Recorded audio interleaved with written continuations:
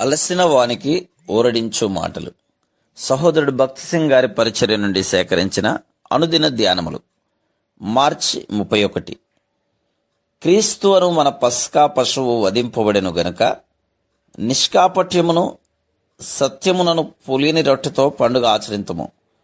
1 కొరింథీ 5:7-8 రాబో విషయములకు ఛాయారూపముగానున్న 7 యెహోవా పండుగలను గురించి మనం లేవియకాండం 23 చదువుదాము. మొదటి పండుగ పస్కా పండుగ. పస్కా గొర్రెపిల్లగా యేసుక్రీస్తు ప్రభు యొక్క మరణమును సూచించుచున్నది. రెండవది పులియని రొట్టెల పండుగ.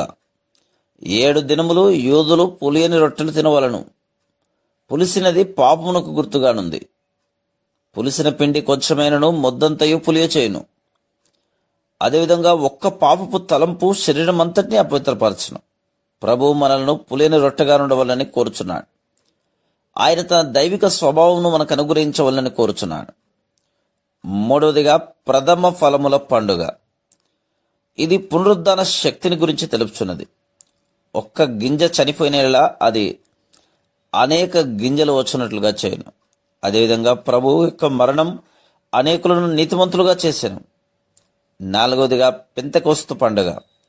ఇది అన్ని తరగతులకు చెందిన మానవులందరూ సమానమని తెలియజేస్తుంది. పరిశుద్ధాత్మ ద్వారా మనం ఒక్క శరీరంలోనికి బాప్తిస్మం పొందితిమి. ఐదవది జ్ఞాపకార్థ శృంగధ్వని పండుగ, అనగా బూరలు ఊదు పండుగ.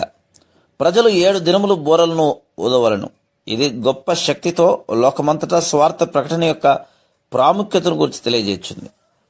ఆరవది ప్రాయశ్చిత్తార్థ దినం. ఇది ఏ తరగతికి చెందిన వారైనను ఎట్లు పవిత్రులు కాగలలో తెలియజేస్తుంది. ఏడవది పర్ణశాలల పండుగ.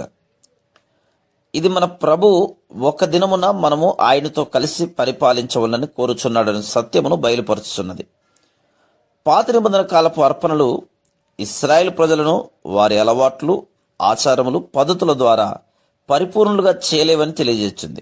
కేవలం యేసుక్రీస్తు ప్రభు శిలువలో చేసిన ఆ పరిశుద్ధ అర్పణయే ఎవరినైనా నీతిమంతులుగా చేయును.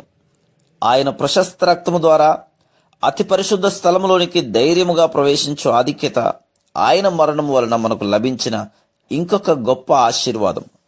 సహోదరులారా, యేసు మన కొరకు ప్రతిష్ఠించిన మార్గమున, అనగా నూతనమైనదియు జీవము గలదియు ఆయన శరీరమును తెర ద్వారా ఏర్పరచబడినదియునైన మార్గమున ఆయన రక్తం వలన పరిశుద్ధ స్థలమునందు ప్రవేశించుటకు మనకు ధైర్యము కలిగినది. ఎబ్రీలకు రాసిన పత్రిక 10:19-22. మనం ఏ అవసరత కొరకైనను ఆయన రక్త శక్తిని బట్టి అతి పరిశుద్ధ స్థలములోనికి ప్రవేశించగలం. ఆయన ప్రధాన యాజకత్వ పరిచర్యను మనం ఎంతగా అన్వయించుకుందుమో అంతగా ఆయన సన్నిధిలోనికి ప్రవేశించు ధైర్యమును మనం అనుభవించగలం. 21. ఆయన బలి అర్పణ ద్వారా మద్యపు గోడను కూలద్రోసెను.